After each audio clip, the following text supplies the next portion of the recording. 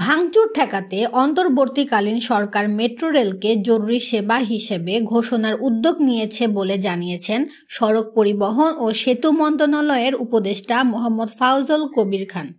25 August রোববার সকালে metro রেলের সচিবালয় স্টেশনে এক ব্রিফিংয়ে সাংবাদিকদের তিনি একথা জানান।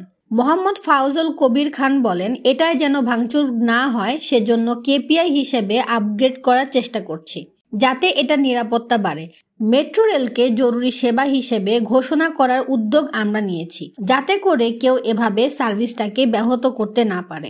মেট্রো রেলে যারা ভাঙচুর বা ক্ষতিগ্রস্ত করার চেষ্টা করেছিল তাদের বিরুদ্ধে ব্যবস্থা নেওয়ার প্রসঙ্গে এক প্রশ্নের জবাবে তিনি বলেন, আপনারা সবাই জানেন যারা দেশকে পরিবর্তনের জন্য আন্দোলন করেছে তাদের পক্ষে এ ধরনের কাজ তো করা সম্ভব নয়। এটা দুষ্কৃতিকারীদের কাজ।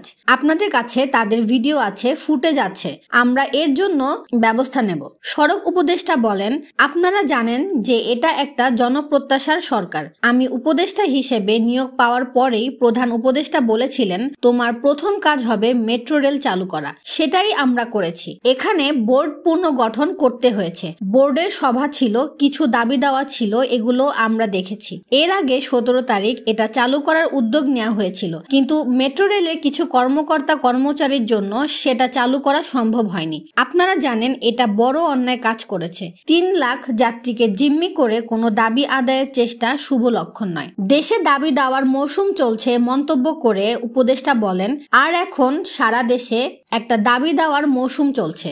সবাই চায় বৈষম্য দূর হবে, সবাই চায় বঞ্চনা থেকে তারা মুক্তি পাবেন। 16 বছরের বঞ্চনা, এ সরকারের বয়স 16 দিন হয়েছে, অন্তত 16 মাস সময় দিন, আমরা আস্তে আস্তে এগুলো সবই বিবেচনা করব।